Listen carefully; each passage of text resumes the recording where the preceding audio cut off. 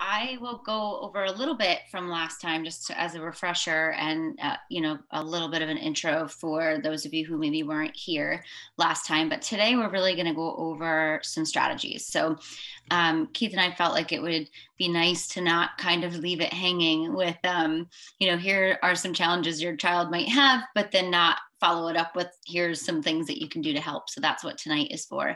So we're really going to talk about how can we help our kids with sensory processing challenges be more regulated, engaged, just comfortable in their world, and better able to participate.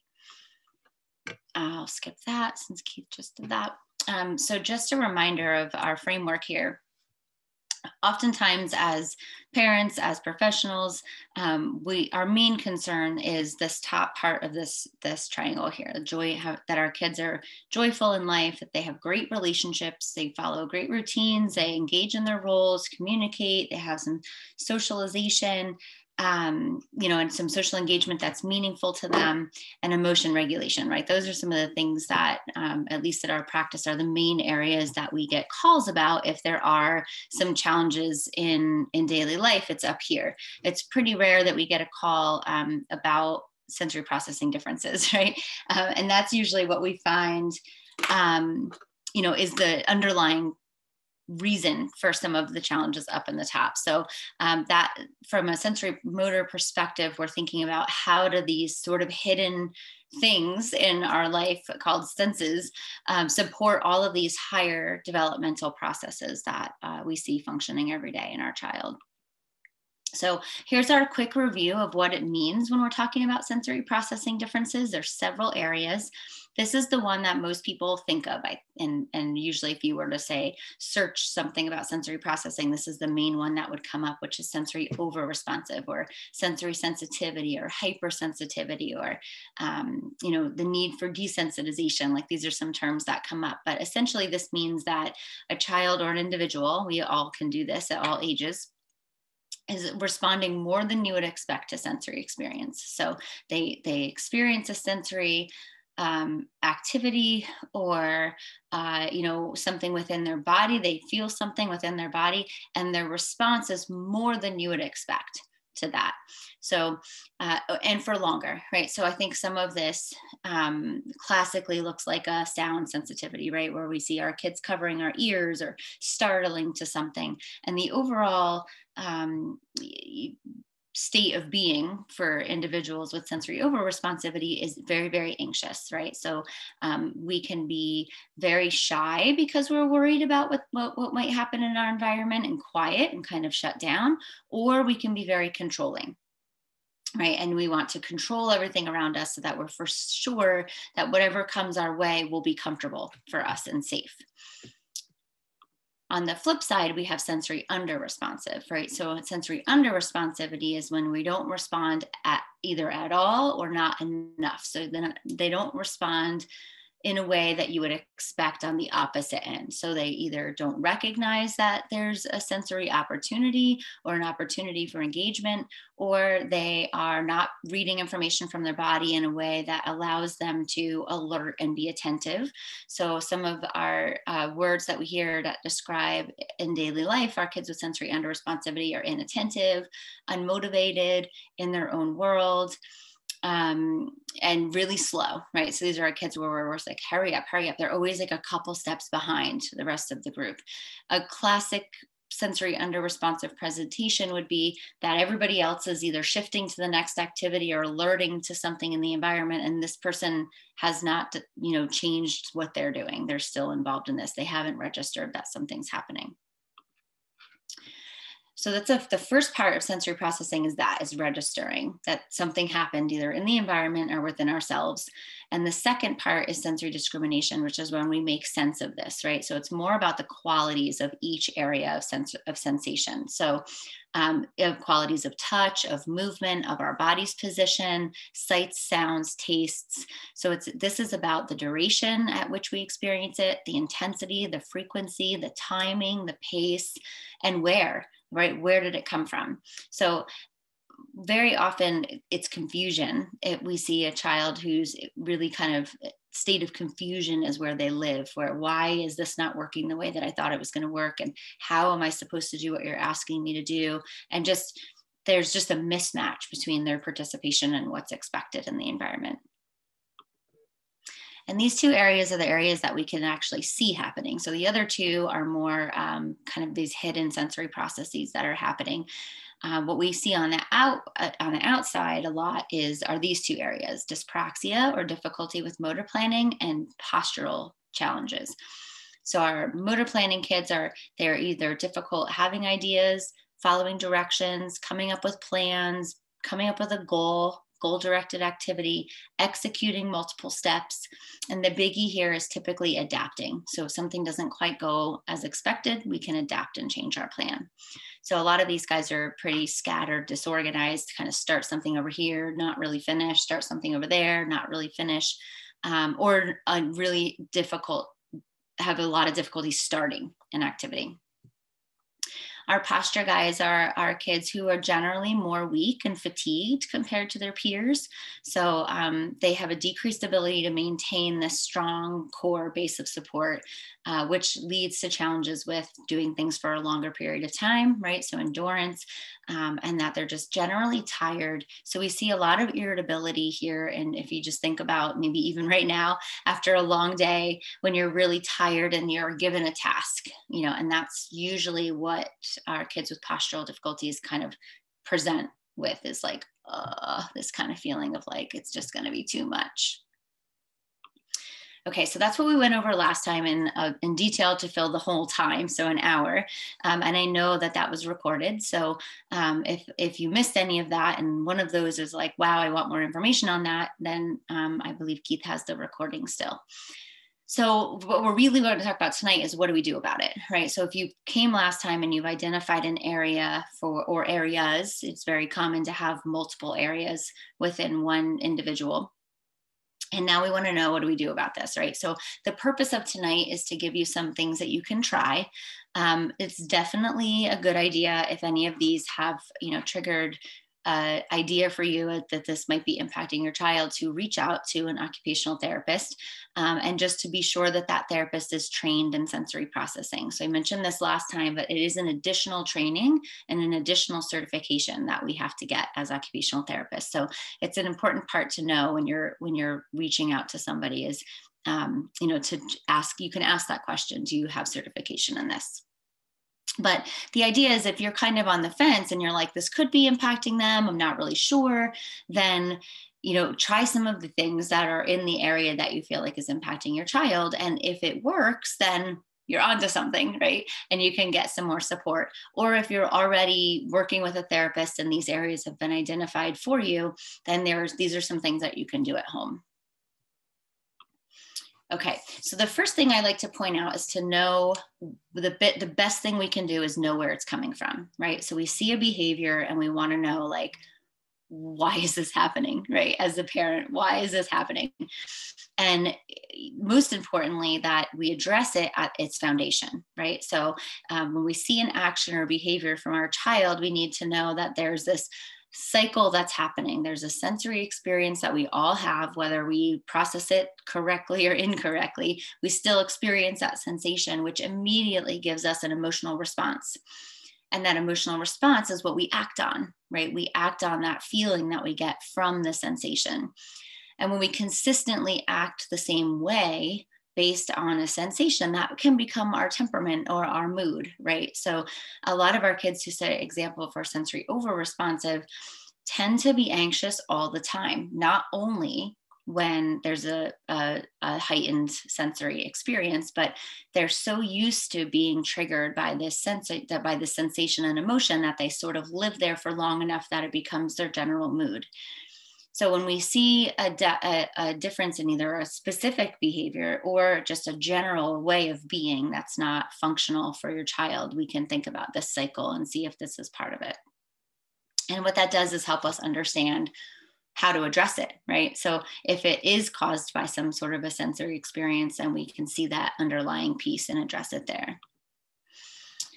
Okay, so the very first thing we want to do is consider what the child is doing for themselves. And I know I brought this up last time, but it's really important that I bring it up again because I find this is something that consistently amazes me when I see new families and new kids at what the child has already figured out is going to help them be more organized, help them pay attention more, help them to be calmer, help them get over something that's difficult. They're pretty resilient little people, and they usually have some strategies already in place. And so when we stop and watch, it may not be functional, right? And that's the tricky part where it may actually be the behavior that's the challenge, right? The behavior that you're seeing as a challenge may actually be the thing that is helping them get over something that's hard for them from a sensory experience. So we just want to look at different behaviors and decide, is this a behavior that actually is helping them be more regulated?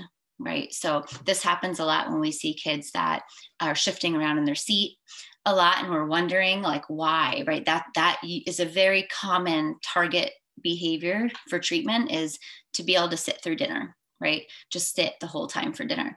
But when we look at the profile, we might learn that sitting still is actually really difficult for the child. And in order to sit for dinner, they need to be moving and fidgeting and standing and sitting on one leg and going on their knees and maybe standing up for a second and then sitting back down. But that's what they're able to do in order to stay at dinner. Right. So part of what we want to look at is not always when they're calm and organized, but maybe it is the actual thing that they're doing that you're kind of annoyed by or wondering about, that is the thing that's bringing them some regulation. This probably should come first, the idea of co-regulation, which is the fact that as parents, we are still a major regulating force for our kids. So how we respond and what energy we bring to an interaction, usually at least 50% tells us where that interaction is going to go, right? And that's a hard weight to bear, especially when we've got so many other things on our mind as parents. But, I experience this pretty much every day with my own kids, both of which who have some differences in sensory processing and social emotional development, where if I have exhausted and I'm dysregulated and I am not in the right place, then they really aren't in the right place, right?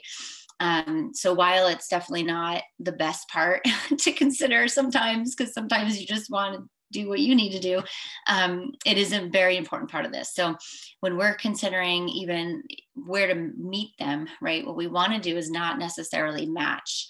If they're overexcited and anxious and moving around and super hyperactive, we can't be there too, right? Because then we're all spiraling. If we might have to go there for a second to bring them slowly back down, but the idea is that we want to help balance that out. So if they're overexcited, we had to have a lower arousal level. If they're under aroused, right, and they're like low and slow and sort of like in their own world, then we need to be bigger, right? We have to be overexcited so that we can help bring them back up and out and into the world. So it's sort of this balance between here. The other piece to consider here is that there's usually a particular sense that your child and you as a family, as a parent, prefer. And when we're not sure what to do, we can go towards that preferred sense to support the child. Okay, so a big, huge piece of the equation here at Great Kids Place is play. And we use play right here as this layer of the action. So there's this behavior, there's a way that the child is being that is because of the emotional sensory experience that they're having. Now, if we can help them to feel a certain way and do a certain thing through play, then we can change this cycle of behavior by impacting the way they feel and the way that they move, both emotionally and from a sensory motor perspective. So I'm going to use this as our structure tonight when we go through our strategies. So yes, it is actually play when you're in the gym. And yes, I do have actual play ideas for you, but it also stands for different pieces for you to think about. So hopefully this will be an acronym for you when you're in the moment to say, what are some of those things I can use, right? So one should be a playful interaction. that is layered with sensory experiences and affect pairing, right? Where your relationship is the priority, right? So we want to try to use ourselves and our interactions with our sensory kids to support their ability to be more engaged and regulated. And we'll break this down further each time. So we're going to start with our sensory overresponders. So our sensory overresponders, if you remember back to just now, I said they're generally very anxious and worried, right? They really feel like the world is aversive, everything's uncomfortable, I'm not quite sure what's coming next at me. So what we want them to feel is security. We want them to feel like they're in control. We want them to feel protected and like they have power over their environment and the things that are happening to their body. So ways that we can play is our games like this. So there's a range of games here that should be for all ages. So within security and protection, we can play hide and seek, we can play peekaboo, we can play fort building and protecting. We can be in a caregiver role where they're cooking, dressing, kind of doing those caregiver type routines. Or we play games that require injury and repair, right? Like doctor, ambulance, that there's magic that can fix things, or magic wands that can fix things.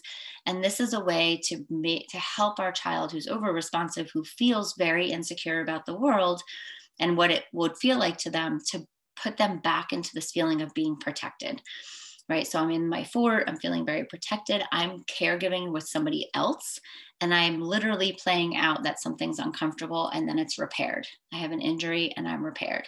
And it really helps through play to help them to feel that sense of security and protection. The other sense here is to regain power. So these are fun things like sword fights with, the styrofoam swords, playing swords, playing superheroes, playing police and firefighter, playing knights, going on a monster hunt, right? Doing things where they are the one that's super powerful. The proprioceptive system, so if you remember from last time, the proprioceptive system is in our muscles and joints. So it's anytime that we're pushing, pulling, carrying, climbing, anything that provides that deep input to our muscles is proprioception. And proprioception calms any sensory over response. The vestibular system, the tactile system, the auditory system, calms any system that's having an over response. So as we're playing all these things, most of them will be require proprioceptive input to play. And that proprioceptive input not only gives them the feeling of control and power, but also literally calms down these over responses in the other senses. So our sensory-based strategies for over responsivity, the sensation that is not comfortable for them, we want to do, usually we can't completely avoid it, and we don't really want them to completely avoid it because we want them to be able to process it in a better way. So it's gentle stimulation with whatever sense that is that they have control of, no passive provision of input. We're going to provide notice in advance, right? As much predictability as we can provide that the sensation that they're uncomfortable with is going to happen, the better, so that they can be prepared and not surprised. Here's that heavy work, deep pressure, proprioceptive piece. Having a time in place that is not a timeout, right? So this is a place in your house that they can go to whenever they feel overwhelmed by the sensations, and they know they can go at any time. So no matter what's happening with the family, or no matter what is going on, if they go to this place, we all know that that means that they're overwhelmed and they need a break, and they should feel like they can go there whenever they want. And then be co-regulated yourself. So the biggest thing we do as parents when our child who's over responsive is about to engage in that activity is worry for them, right? We go like, oh man, what's going to happen? Oh, he's going to do it again. He's going to hate it, right? But we can't go there, because what that does is when they see us do that, it confirms that they should be worried about that sensation. So it's more important for us to remain calm and be as playful as possible around that sensory experience. So this is the affect pairing and the you part of the play. So our affect is essentially what we do with our body, with our voice, with our facial expressions, with our gestures, with our tone of voice, with the use of language. So it's in the therapy world, we call it use of self, therapeutic use of self. Like, what do we do with ourselves that supports the child? So the biggest piece with our over responders, and it's the hardest one, is to be patient, super patient and calm, even if they're in the middle of an over responsive meltdown, and to be positioned so that you're not above them but that you're either at their eye level or even below, right? So thinking back to that need to feel power and control. If we're over a child who is over responding to a sensation, it feels very uncomfortable and intimidating. So we want to kind of step back and be on their level or below. Just like I mentioned, we don't want to have our affect in a scared place, right? We don't want to be on the edge of our seat worried. We want to reframe it as comfortable, fun, and then provide some recovery. So after they engage in that activity that was uncomfortable, taking that deep breath with them and just sitting in the moment of like, that was really tricky, but we're all safe. Everything is fine. Okay, so our sensory under responders. So remembering that these guys are the complete opposite, right? So they're in their own world, they're not responding to sensations. So what we need them to feel is engaged, right? So our classic under responders are really into what they're into, very in their own space and not always coming up and out into their environment to see what it has to offer. So we want them to be interested, engaged. We want to encourage connection and exploration. So in play, we can do things like chase, hide and seek, anticipation games, building things, knocking them down, playing catch. So these are literally things that connect you with the child, right? Having them swing towards you, playing catch together, building something like a road construction type game where you're on one side and they're on the other side and you're building, to each other. Having telephone calls for missions. So if you set up a rescue mission type game to play, you call each other, on your phones, your hand phones, your pretend phones to stay connected. And we want to encourage them to explore.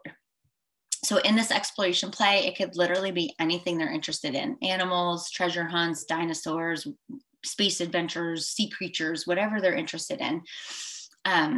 But the idea is that they're moving their body to explore through space, right? And they're not staying in their own world. They're actually coming up and out to share with everybody else. So the idea here is, as you're moving through all of these games, you're giving input to your body, right? The child's getting input to their body to upregulate those systems that are under responsive. So they respond less than you would expect to something, which means they need more input in order to engage, participate, and be with you. Okay, so our sensory strategies here are using alerting, fast, and intense sensory input. We refer to this as fast blasts. So tactile, proprioceptive, like the heavy work. Vestibular is movement. And it's anything as much a whole body experience as you can give, the better. And using activities that are super motivating or helpful here as well. Our relationship affect-based strategies. So just like that vestibular, or just like that sensory input needs to be big and blasts of it, so do you, right? You can be that sensory input by being very excited, using exaggerated facial expressions, big gestures, and being very dynamic and animated. So when we are that way, we become interesting, right? And the child kind of comes up and out into your world and into the environment to see what everything's so exciting. What's so exciting? What are we going to do? All right, so as we've got our kids registering the right way, right? Whether we're over and we're helping them calm and organize, or we're under responsive and we're helping them come up to us, the next area of sensory processing is that sensory discrimination piece. So remembering our sensory discrimination kids are our confused kids, right? They're not quite sure how things are supposed to work. And very often they don't stick around long enough to figure it out. They don't know why, right? That is the essential piece of this discrimination challenge, is that they're not sure why it's not working. So there's not really a step into problem solving here. So what we want to encourage in them is wonder and experimentation, so that they actually are taking the time to stay in that activity that didn't quite work out, to figure out why it didn't work out. Or before you do an activity, experiment with them to decide what they think might need to happen. So early type play of this is how things fit together, right? So developmentally, this is when our young child starts to stack and pull and push things in and shake them and twist them and see how everything kind of all fits together. So any kind of like building connector type kits are perfect. Filling an empty type play, how does everything fit in? How does everything come out? Trial and error, determining what's similar, what's different between the activities that they have. And the experimentation side, we do science experiments, we become ninja warriors and experiment with what it's like to go put our body in all these different positions and on all this different equipment, which literally could be your couch cushions, your chairs, your table, anything that you have in your house. I mean, this is what we used when we were all quarantined. Last year we were virtual for 4 months and we were using whatever we could in everybody's house to build these kinds of games. So especially at this level, this discrimination type play, the weirder the thing, the better it is, because it's not something that's practiced and known. It's something that their body needs to figure out. So we play games like architects, building things. What we like to try to do is have them measure things with their body, right? So how many of your hands is this thing? How many of your legs is this thing? So they start to build that body awareness as well. And our older kids, we can do game creation, right? We can create different video games, make video games come to life.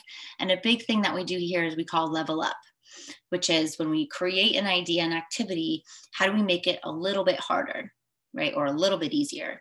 How do we, this was like a level 2, how do we make it a level 5? What does it look like if it's a level 10, right? So that we have to start to grade and discriminate what makes things hard, what makes things easy.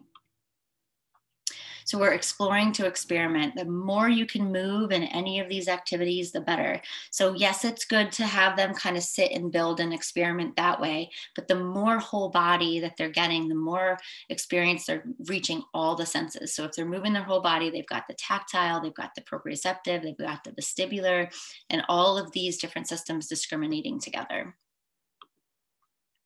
So our sensory strategies is really to help them to become aware of all these different qualities of movement, qualities of objects, qualities of things, qualities of people.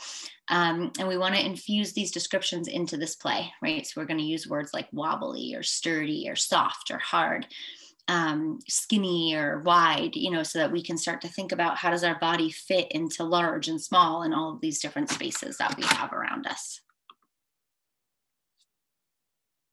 Our relationship-based strategies here taps more into the social emotional ramifications of discrimination difficulties. So when we're not able to discriminate in our body the just right amount of movement or just right amount of force or just right amount of touch or for how long, we're really not able to discriminate our emotional experiences. So we need to be able to understand within our body what is a little bit more, what is medium, and what is a lot. And if we can't do that in our body, we don't literally know in our body what that difference is, then we really can't know if we're a little bit upset about something, kind of angry about something, really mad, right? That range is all the sensory experience. If you stop and think about when you feel an emotion within these ranges, we can tell the difference because of the little tiny differences in the way that our bodies, either our muscles are tensed or our heart is beating or the way that we're breathing. All of those are sensory motor experiences. And if we can't discriminate it on a larger scale, we can't discriminate it on the smaller scale.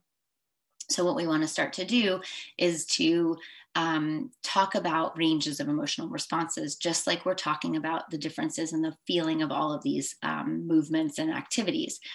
What is it like modeling for them when you do feel a little bit mad and saying things like, I'm a little mad because my heart's starting to beat a little bit faster, but it's not pounding, right? So starting to really use these description words with them related to your emotional response, just like you are from a sensory perspective.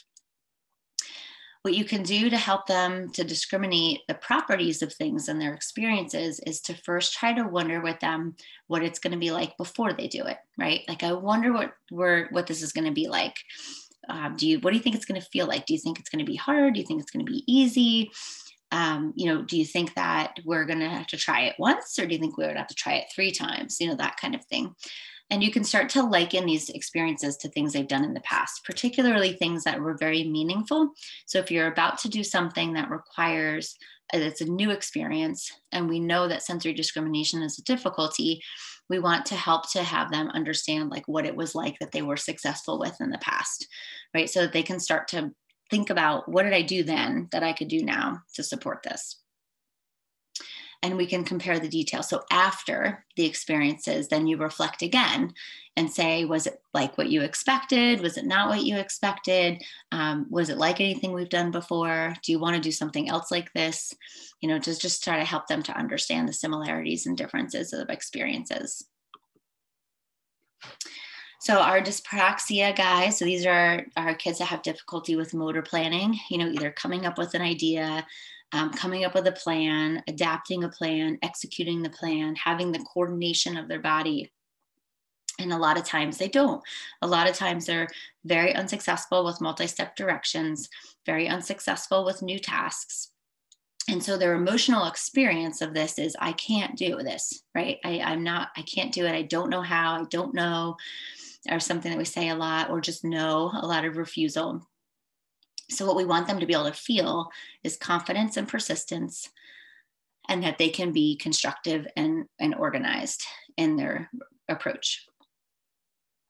So when we play things that start with their body and then move out through all of space, right? So when we're talking about organizing ourselves and organizing our actions, first we start from our body. So games like charades, any kind of imitation games, pretending to do something that is like something else that you've done, reenacting, acting out things that you've experienced, or acting out things that you're going to experience so that you get a feel for what it's like. And then playing through something that might happen coming up. So literally using your body actions to organize your experience that's about to happen that you're unsure about. To build some confidence, we literally build, right? Building through construction, cause and effect. I can make things happen builds a sense of confidence. I can do this and then that will happen. Good guys getting bad guys, right? Where your child is the good guy and he's strong and brave enough to capture the bad guys. Building kingdoms is another thing we do. So again, we like to do lots of construction through space because it provides lots of beautiful sensory motor work. And when we need to build a kingdom that we're the king over, the queen over, then we need to persist and we need to finish the kingdom in order to be the ruler. And then we have rescue missions, right? Where we talk about the child being the only person that can help, right? You're the only person that has these powers that can help and be the rescuer here. So we want them to act the part. So a lot of our kids with motor planning difficulties do a lot of nice play sitting still, right? They do a lot of nice sedentary play. And when they're doing the sedentary play, they are not moving their body, right? So they're not working on these things. It's a functional adaptation in a way because they're not moving their body, right? They're not doing things that are hard for them, but it's not helping them, right? So the most that we can support them to actually be the character that's doing all of these things and build the adventure, the more of the work that they'll get moving their body, coordinating their actions, making adaptations, and executing their entire plan in an organized way. So our sensory experiences are imitation games, obstacle courses. So, for some of our older kids, it is just this, right? Some of our younger kids, we build in this play because an obstacle course is not exciting. Fortunately, games like Floor's Lava, Ninja Warrior, those are all like very cool right now, right? So a lot of our kids will be like, awesome, let's play it. And so we can do this work that way. But we want to ask them, what's the plan? We want to make the plan together. So what we're really, really good at as adults are giving directions, right? We're very, very good at saying and structuring everybody's day, structuring our kids' day, giving them directions, telling them what they're supposed to do. And, yes, following directions is a piece of this. We want them to be able to follow directions. But in order to follow directions, they need to be able to organize their plan. So when we're able to work on this, what we want to do is not provide as much structure and support so that they can practice developing the plan themselves and doing what they need to do. When we want to support them, right, when we're in the moment and we just need to get done what we need to get done, then we need to break things down. So rather than saying, go clean your room, we want to say, pick up all your socks. Great. Pick up your shirts, right? Put away the toys that are people, right? Put away the toys that are stuffed animals, breaking things down into smaller steps so that the bigger task doesn't get lost. And then from an affective and relationship standpoint, what we really want to do, just like we don't want to always give them, directions, is actually to share in that problem solving. So when we have our child with motor playing difficulties who've taken out about 15,000 things in the play area, but haven't necessarily played with any of them, we want to help them figure out how to make a plan, right? So we have a swing, we have a cape, we have a puppet, we have, whatever we have. What are we going to do with all of these things, right? Okay. And you might have to start them. I have an idea. What if we're on the swing and we have the cape on our body? And then you wait, and see if they'll be able to jump in to make the idea with you. So what we want to practice doing here when we can is, to prompt them to think about what to do as opposed to telling them what to do. So we might want to say, we're getting ready for dinner. What do you think we need to do? We're getting ready for school. What do we need to pack? We're getting ready for bed. What do we do first? Right. So starting to give them an idea of the big goal, and then helping them start to plan each step that needs to happen. You can provide choices if you need to, right? If they can't do that open-ended, we can provide choices. But the idea being that they feel like they have the idea. A lot of our kids with dyspraxia don't feel like they have good ideas. So we do that a lot. Good idea, right? Whatever they choose, whatever they do, whatever they start, it's a good idea. And we want to help them to make it a logical sequence. So when we're playing with them or even talking to them and they're telling us a story, like very often these guys are like, they're telling a story about their day, but it's like they said something about the morning and then they said something about the afternoon, then they might talk about something that's happening tomorrow. So we want to help them to be able to logically sequence a story, just like we want them to logically sequence their body. Okay, and then our last group here is our posture kids. And our posture kids, remember, are weaker than their peers, and they generally feel very fatigued and with low endurance.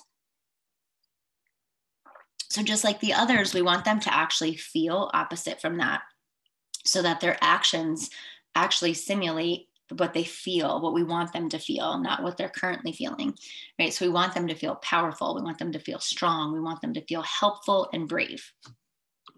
So when we play with our kids with posture difficulties, we want to play things like superheroes or rescuers. A lot of our kids with posture difficulties hold on to fears. So they might be afraid of monsters or afraid of the dark for longer than expected, because they literally don't feel strong enough to overcome what is coming at them.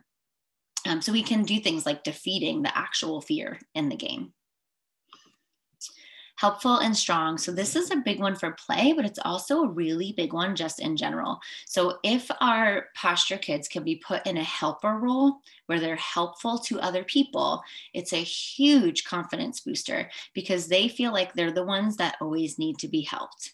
So if we can flip that for them and they can be the helper, whether it's for a younger sibling or a pet, or yourselves as parents, and they can do chores with you and for you.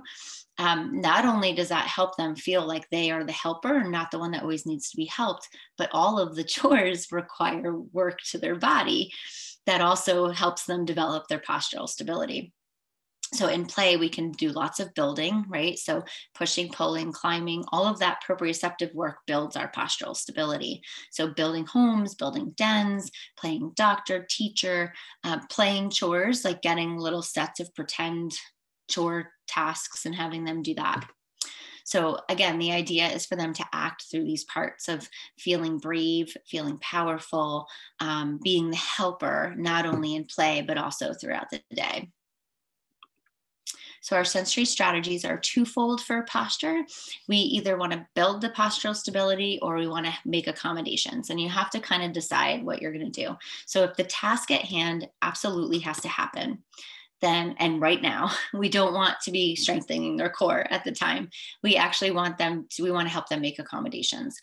But if it's a familiar activity, you've got time, you've got time to kind of work on this area, then we can do some of these strengthening activities. So things like pushing, pulling, carrying, any kind of weight bearing, wheelbarrow walks, crawling, being on their belly, even if they're watching a show or on their iPad laying on the floor on their belly is a great position for them to be in.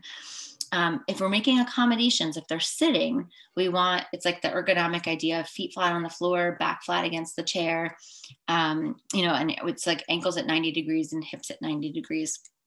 So that, and even if there's armrests, but if it's something like putting shoes on, right, that is a big postural demand.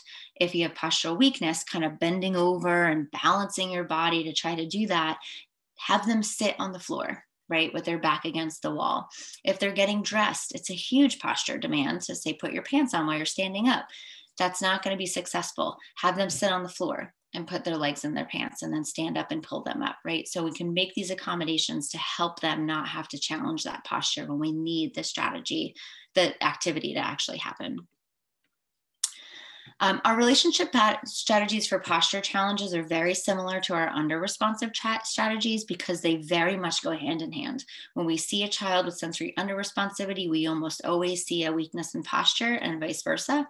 So that increased affect, silly, bigger movements and actions, exaggerated facial expressions. The big one for our posture kids is anticipation. So if you're in the room with somebody and they go like, oh, right, you automatically go like this, right? Your posture automatically comes up because you're like, what is it, right? What are they talking about? So using anticipation in your affect is also in your way that you're telling stories, right? If you kind of leave a little cliffhanger at the end, or you leave space in between so that there's an enticing piece to listen further, we want to bring that posture up in that straight position in that way as well. So acting dynamic and animated can also do the same thing. Okay, so I think good, perfect. I wanted to leave about 15 minutes for questions. So this is our website information, and we're on Facebook and Instagram where we share strategies like this, and ways to put this into your daily life whenever we can. We try to share some strategies, so you can certainly follow there for some more ideas.